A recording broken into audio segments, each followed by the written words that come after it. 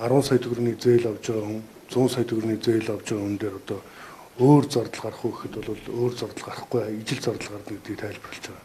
Тэгвэл ягаад 10 сая төгрөгийн зээл авж байгаа хүнээс авж байгаа одоо зардал 100 сая төгрөгийн зээл авж байгаа хүнээс авж байгаа зардал шимтгэл одоо өөр байгаа вэ гэдэг асуудал гарч ирж байгаа.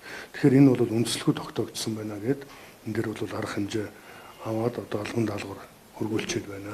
Мэдээж одоо энэ хууль бус үйл ажиллагаа явуулж ирсэн гэдгийг нотолсон учраас одоо иргэн энэ дээр хүсэлтээ гаргаад энийг бол авах боломжтой гэж үзэж байгаа. Шүүх гэлгүүгээр одоо банкнууд маань одоо манай энэ торгуулийн арга хэмжээ гаргасан шийдвэрийг хүлээн зөвшөөрж байгаа тохиолдолд банкнда одоо хүсэлт гаргаад банкаараа бол нэг шийдвэрлэх боломжтой.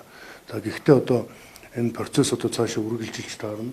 Банкнуудад одоо 15 сарын 8 сарын 12-ны өдөр шийтгэлийн хуудас болон одоо албан даалгаврыг хүлээлгэж өгөхөд ер нь бол гомдол гаргана, шүүхэд гомдол гаргана гэдэг асуудлыг бол банкнууд зүгээс бол тавьж байгаа. Тэгээ энэ эцэслэн шийдэгдсэн тохиолдолд иргэд одоо банкнд энэ асуудлаа хөндөд одоо шийдвэрлүүлээд явах боломжтой гэж харж байна.